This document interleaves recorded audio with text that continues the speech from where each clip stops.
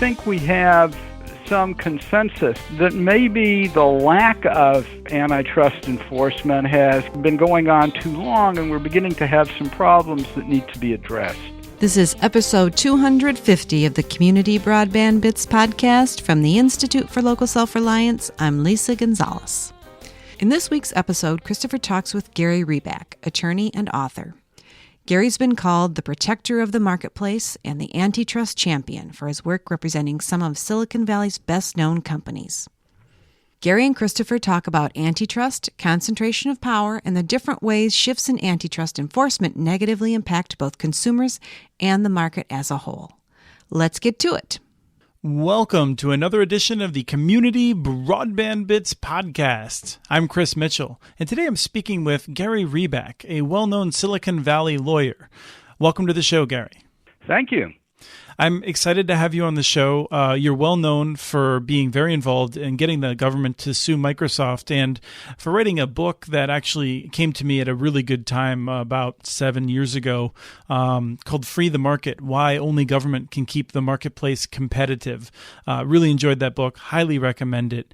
And for our audience's sake, we're not going to talk much about broadband in this conversation, but I think that many of these principles around competition and markets apply very strongly, but it's something that will be sort of in the sideline.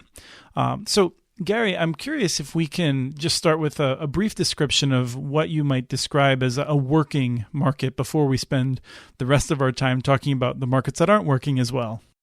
So that's an important question and an important point, Chris. We live in a capitalist system, and the whole theory of a capitalist system is that when markets are functioning properly, everybody's better off. Not just a few people, but everybody's better off, and resources are allocated correctly, and people get what they want at the best available prices and so forth. So in a well-functioning market, you have a bunch of buyers, and they're all competing against each other. And you have a bunch of sellers, and the sellers are all competing against each other. And then you kind of have an interface between the two groups where transactions occur, and, the competition among the buyers and the competition among the sellers enables exactly the most efficient transactions to occur across that interface, and that's what makes a market very, very productive. Well, with that in mind, I'm just curious if you could just rattle off a couple of instances in which you've worked on areas in which those markets had broken down. A lot of the work I've done is in high technology or information technology, and specifically in the software markets. There are some markets that are called network markets, like the phone system, for example, where the normal rules of economics don't really apply as well. And in these markets, whoever gets a lead tends to maintain that lead and dominate the market, particularly if they exploit their position using anti-competitive practices. So, for example, if you use a certain word processor, or if all your friends do, you really have to be on that same word processor or something compatible. You might like a different word processing program, but if everybody else is on one you don't like, you still have to use that. And so that creates what's called a network effect or a networked externality. Those kinds of conditions make the efficient operation of markets more challenging. Markets can still operate efficiently, but in those kinds of markets, we have to have good government oversight and appropriate intervention when bad things occur in order to maintain competition and to get the right allocation of resources. Now, when you say that, I think what you're talking about is smart policies. One of the things that I'm often criticized for by people who don't like my work as someone who I think of as arguing for smart government policies is a knee-jerk sense that government involvement will inevitably hurt the market and make the market less competitive. And I'm curious how you respond, and I'm sure you run across this idea all the time as well.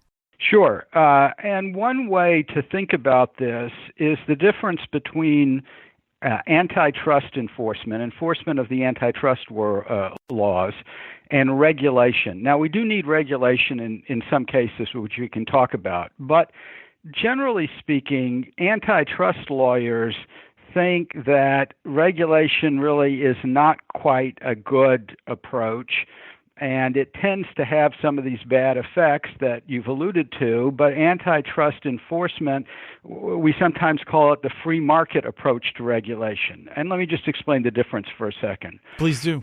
Yeah, in a regulation situation, a group of people are chosen in effect to micromanage the industry, and they're not industry managers from the industry.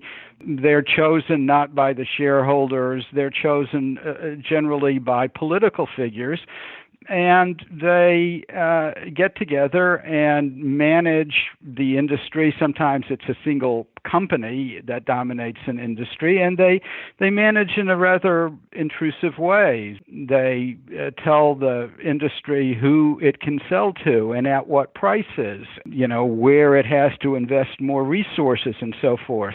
Now, in that kind of situation, the people who criticize regulation sometimes, not always, but sometimes have a good point. Antitrust works on a different principle. The principle is this: the government sets the basic rules of competition.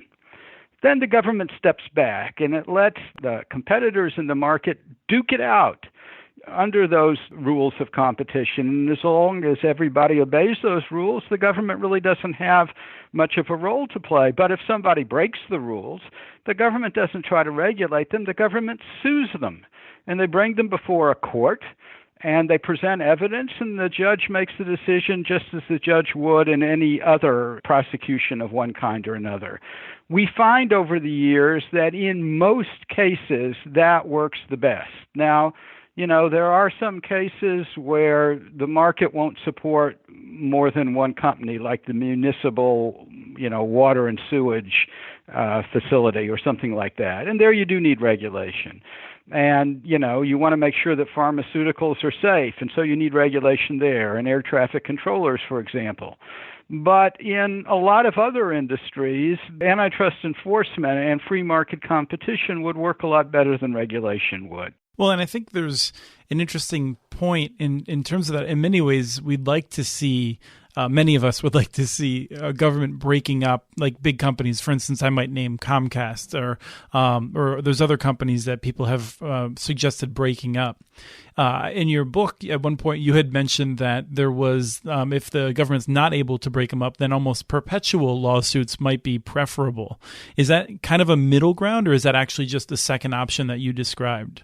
Yeah, I almost described that humorously. I mean, obviously, the best thing to happen is to maintain competition in the market. Now, you can generally maintain competition if you block anti-competitive mergers. A lot of big companies have acquired power because the government has let them acquire competitors.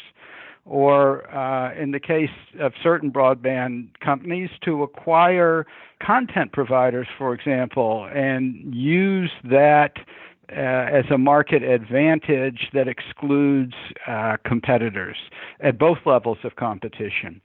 I don't know that I'd go the perpetual lawsuit route until I'd exhausted other things, but you don't have to start at breaking up the company. Where you need to start is not letting the company acquire market power either through anti-competitive things that it does, like exclusionary contracts or something like that, or through mergers that increase its market power in a way that consumers don't benefit.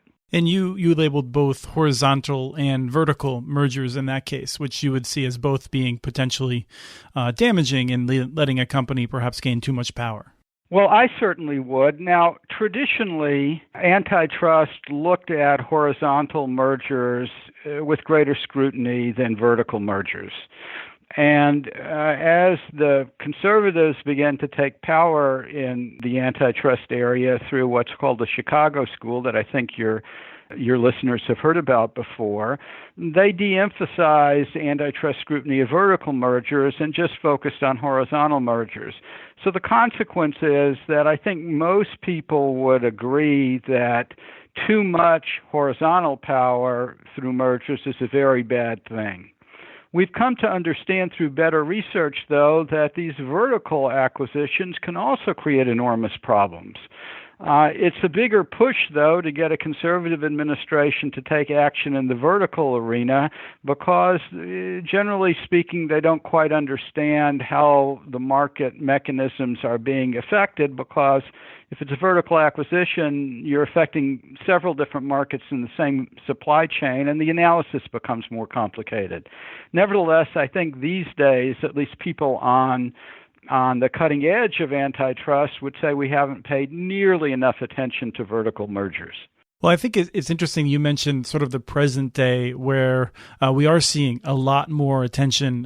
You mentioned in our previous discussion as we were preparing for this that Elizabeth Warren and others are getting very involved. You also, I know, have a deep sense of the history behind anti-monopoly movements.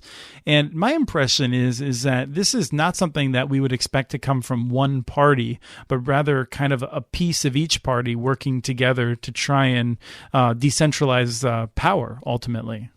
I think so. Of course, our problem, Chris, is that the two parties don't seem to be able to work on much of anything these days in Washington. They don't work together on much of anything. But what we've seen over the last several years is people on both the left and the right, political figures, beginning to ask hard questions about whether U.S. industries have become too concentrated. And not just the industries that I work in, but industries more generally. Is there too much market power in just a few companies? And certainly a lot of that is focused on the high-tech industries. And it's not just Senator Elizabeth Warren, who would be left of center, but it's also, some of the conservatives from places like Utah are also focused on these kinds of questions.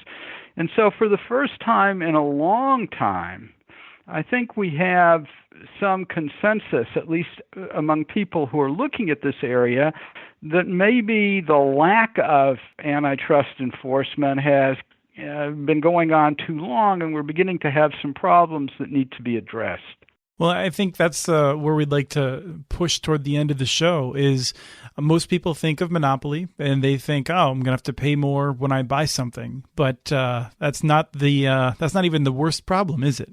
Oh, I think it's not even close to the worst problem. Let me give you several other problems that I think your listeners would consider far more important that too much industry concentration creates. So from an economic perspective, in order to raise prices, what a monopolist or a duopolist, a concentrated industry does is it restricts output.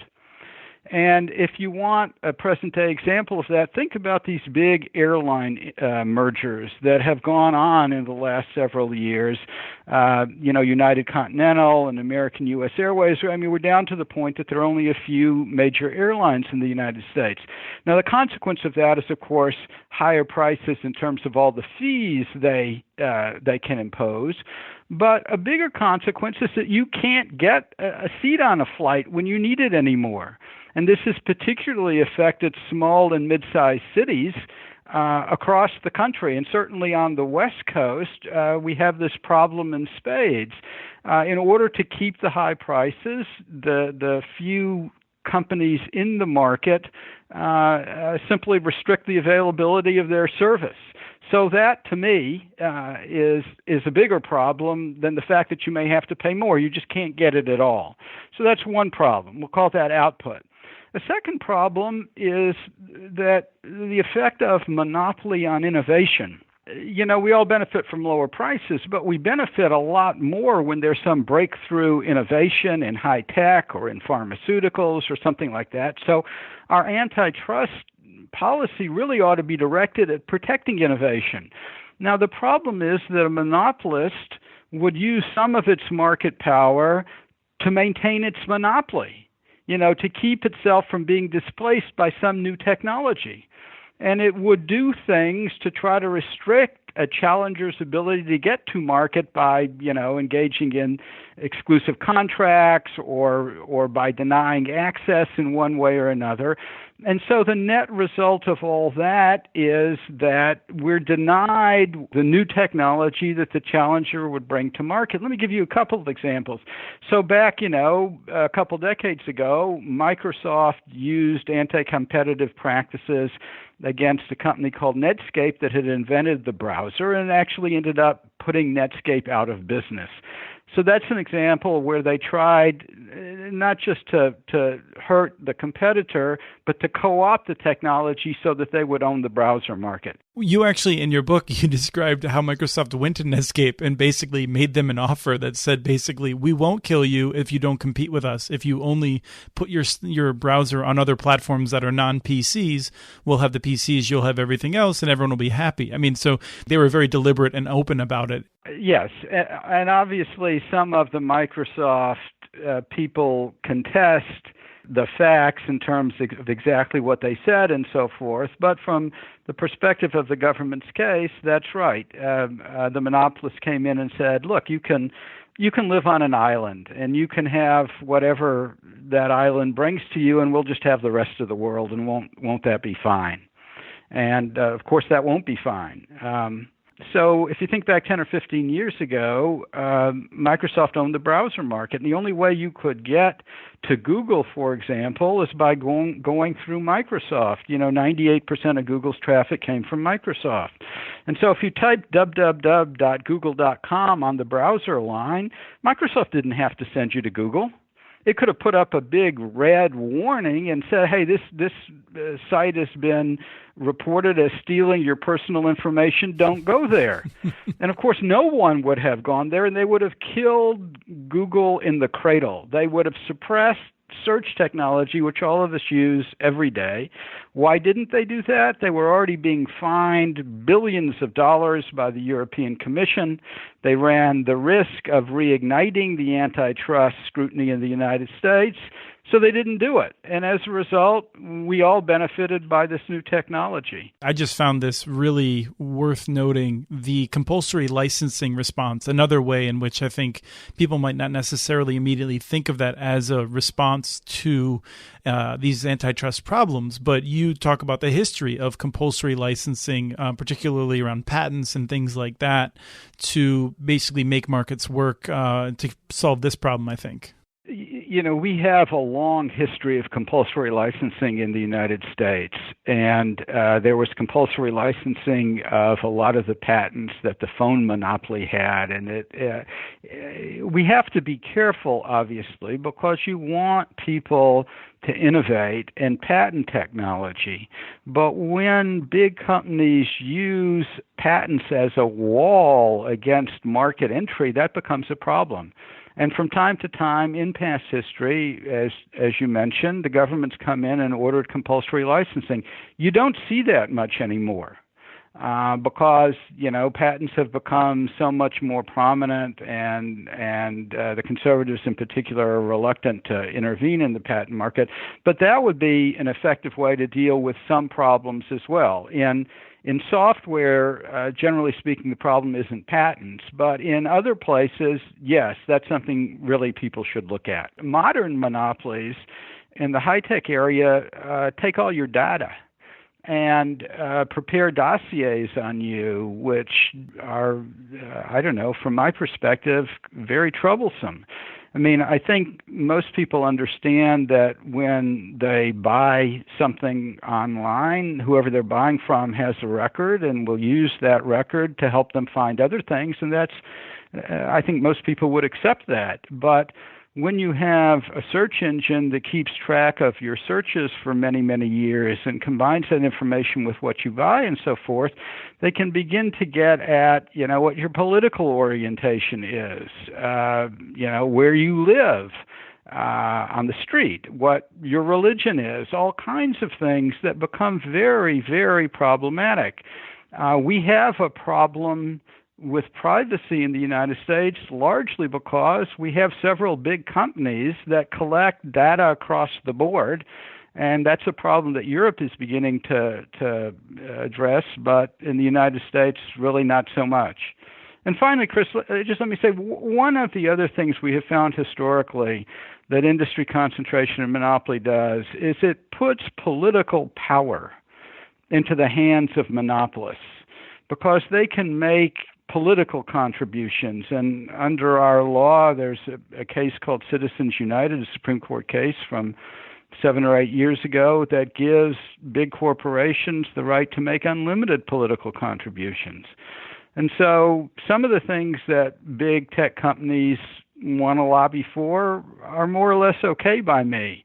But other things they want to lobby for bother me a whole lot, like the lack of privacy protection. So using monopoly to further political power is something that's also very concerning. And that's one that I long find very frustrating, in part because it's not just at the federal level.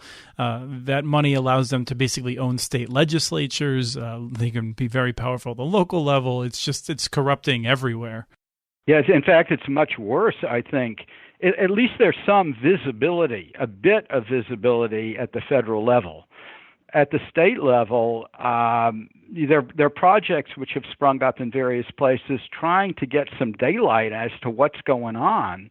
But, with the demise of local newspapers, for example, we just don't get the kind of coverage we used to. And I agree with you. The effect of that kind of conduct at the state and local level is even more disturbing than at the national level. So speaking of the state and local level, do you have any recommendations for what could be done at the state and local level to try and strike back at antitrust, even though they don't have the power to break them up and things like that? Yeah, this is a tough question, Chris, because on one hand, these big tech companies have gotten so big, they're multinational and so powerful, I'm not even sure a national government has the power to do much about them. I mean, I've always favored the United States working with Europe to have enough power to try to restrain these big companies. However, with the new administration, a number of people have now been looking to states to try to exercise some antitrust authority over these companies. And there are states, many of the biggest states have their own antitrust enforcement mechanisms, and they have their own antitrust laws. Now, they've got to be careful because they have smaller budgets than the national government does. But they might well be able to go after specific anti-competitive practices. So they wouldn't have the wherewithal to do a 10-year case and break up one of these big companies, but they might be able to go into court and stop one of the big companies from doing something that's anti-competitive, that squelches new technology or that hurts consumers. Certainly a lot of people are looking at that now because we don't think we're going to get much in the way of antitrust enforcement over the next few years. Great. Well, thank you for taking the time and sharing some of your experiences and thoughts with us on antitrust. I appreciate you asking me, and I hope your listeners and others continue the new interest in antitrust. It's time we renewed its effectiveness. That was Christopher visiting with Gary Reback, a well-known Silicon Valley attorney and author. Hey, everyone. I just wanted to thank you for listening and helping out to create a stronger internet ecosystem, making sure everyone has high-quality access. Please tell your friends, tell others who might be interested about this show. If you have a chance to rate us on iTunes, please do. Several people already have. We really appreciate all of the comments, and we really appreciate you taking the time to listen to us. We have transcripts for this and other Community Broadband Bits podcasts available at muninetworks.org/broadbandbits. Email us at podcast@muninetworks.org with your ideas for the show. Follow Chris on Twitter. His handle is @CommunityNets. Follow muninetworks.org stories on Twitter where the handle is @muninetworks. Subscribe to this podcast and all the other podcasts in the ILSR family on iTunes, Stitcher, or wherever else you get your podcasts. Never miss out on our original research. Subscribe to our monthly newsletter at ilsr.org. Thank you to Arnie Huseby for the song Warm Duck Shuffle, licensed through Creative Commons, and thanks for listening to episode 250 of the Community Broadband Bits podcast.